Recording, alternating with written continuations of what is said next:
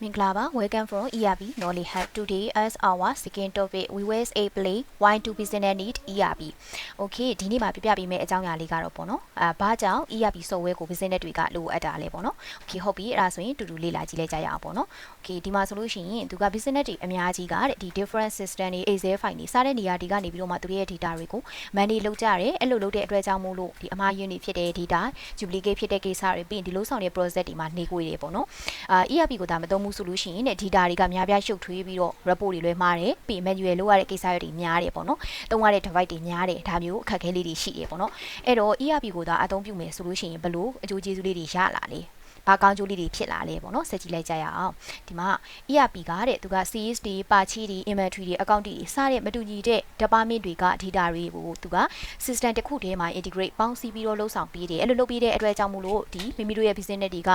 အောင်မြင်တိုးတက်လာတယ်ပြီးရင်အချိန်တွေ save ဖြစ်တယ်ပြီးရင်ပိုကောင်းတဲ့ decision တွေကိုချနိုင်တယ်ပေါ့နော်ပြီးတော့ဒီ ERB ကနေပြီးတော့မှတိကျတဲ့ data information တွေ report တွေကိုထုတ်လုပ်ပေးတယ်ပေါ့နော်ဒီနေ့မှာတော့ ERB ကို business တွေကဘာကြောင့်လိုအပ်တယ်လဲဆိုတဲ့ဟာလေးကိုဒါပြပြပေးခဲ့တာပေါ့နော်